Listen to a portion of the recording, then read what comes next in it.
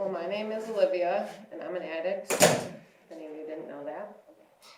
And I'm here today to tell you guys about my addiction and how I ended up here today speaking. I wanted to start off with, my childhood. When I was young, I had a great childhood. My parents gave me everything I could have asked for. There was no doubt in my mind, I knew that they were always going to be there. I never was afraid that I didn't have them. I got all A's and B's in school. I was in sports. I was in volleyball and track, and for the most part, I had a lot of friends, and I was popular. I did everything with my dad. I was a daddy's girl. There was nothing that I didn't do, and I was there by his side. When I was in high school, I had goals. I wanted to go to college. I actually wanted to be a registered nurse when I got out of high school. And my childhood was great.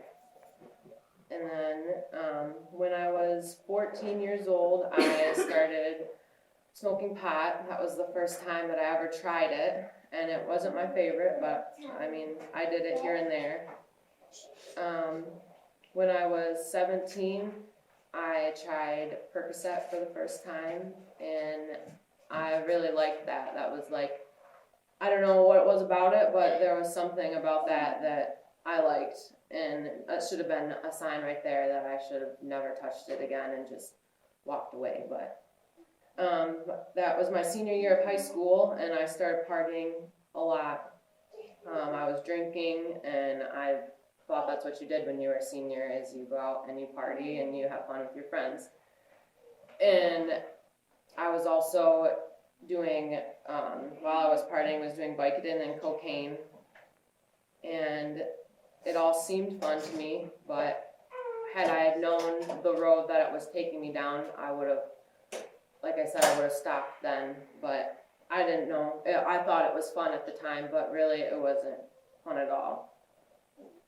So for the first couple of years, on and off, I was doing Vicodin every other day, it wasn't every day, it progressed. I started, for the first couple of years, I was doing Vicodin, I was snorting it, and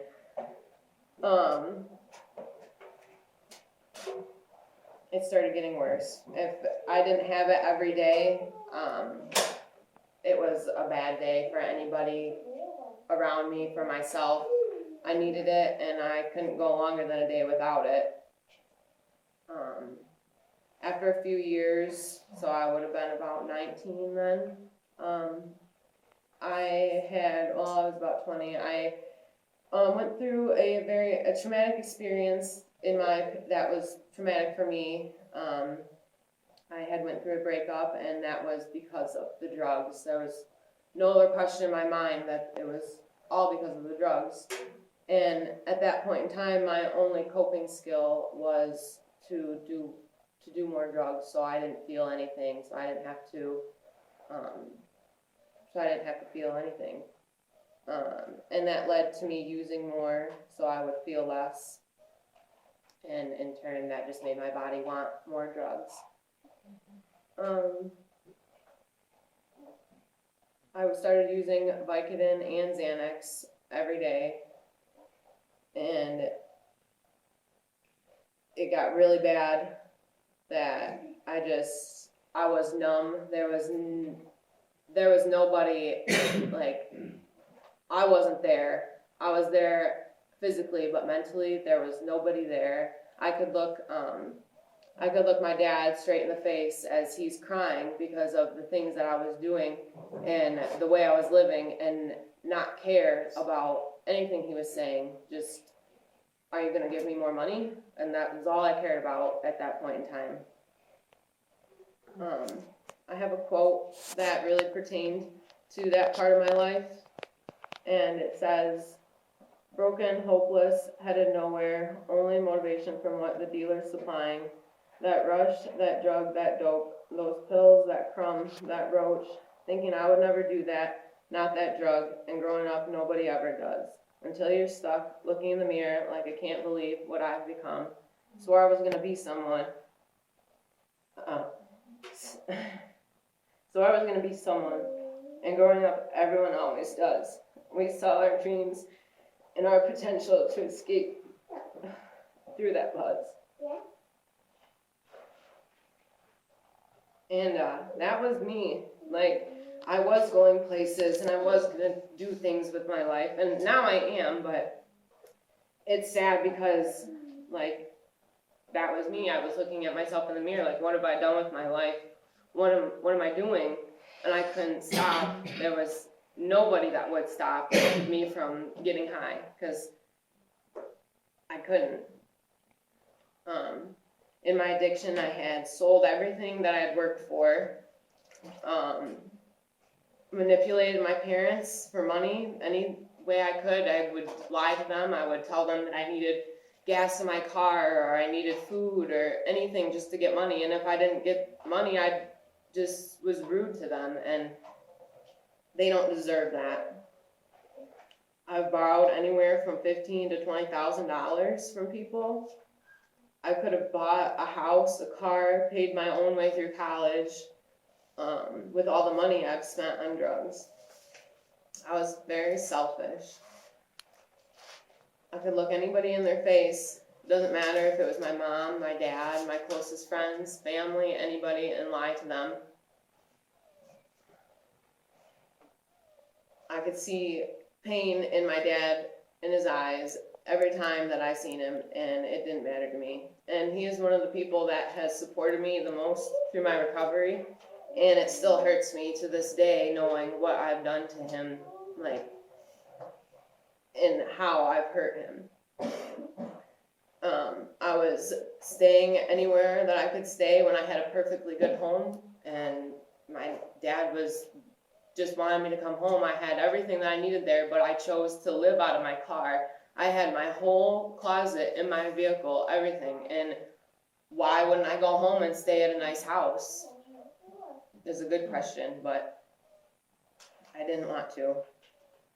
I had OD'd in my car at one point with it running on the horn, and thank God that a friend found me and I didn't die in my car.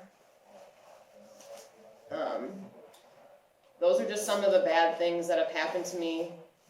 I know that could be a lot worse, but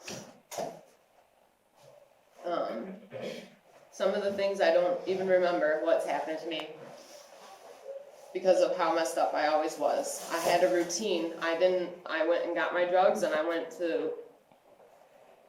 just did the same thing every day, and I wasn't living at all. I was emotionless. I didn't have a great life, like the way I was living.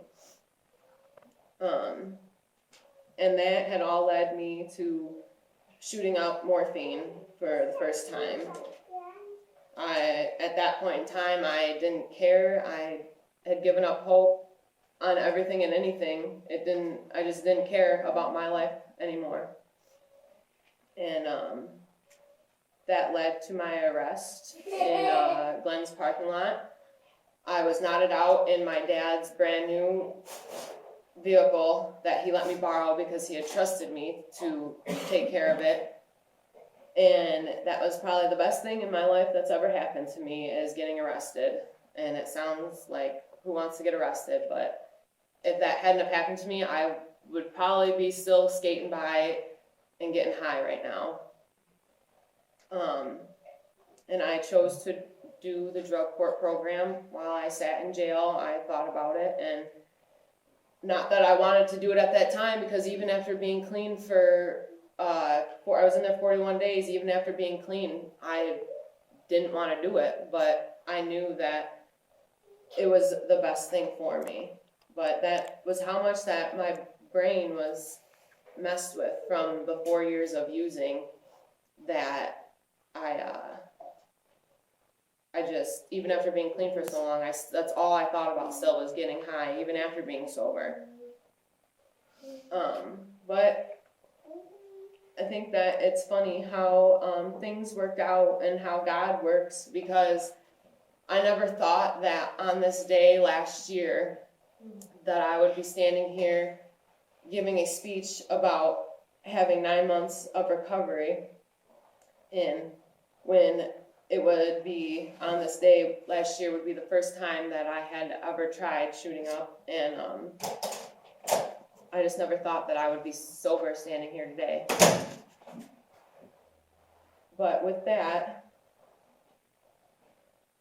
I can tell you all the good things that have come from me and getting sober. I work as a waitress now at Mott Eaters, and that is one thing that I wouldn't have ever imagined being able to do high, because I don't even think that I would have been able to remember anybody's orders or anything if I was using. I go to school full time to be an accountant, and I'm taking 14 credits, and I just could never have done it. I take care of myself now. I care about what I look like. I care about what I look like in public. Before, you could see me just rolling out of bed with, I don't know, the clothes I had on from 2 days ago. It didn't matter to me because all I could think about was drugs. My health, I go to the gym a lot now. I've regained relationships with my family, and I've gained some friends. I don't have many friends now, but the ones that I do have are my true friends.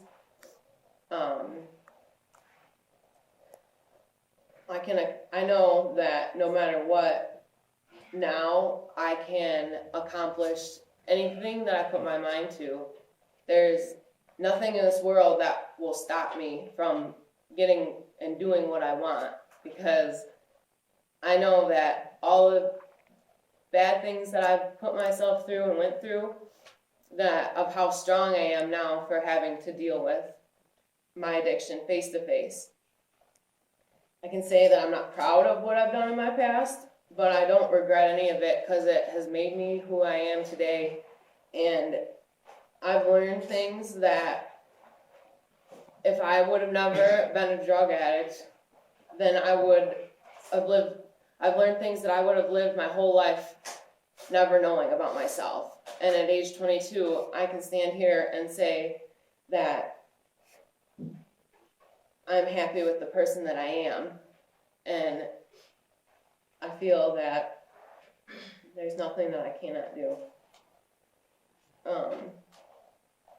I'll never forget it, but I will never let it hinder my future and my future goals.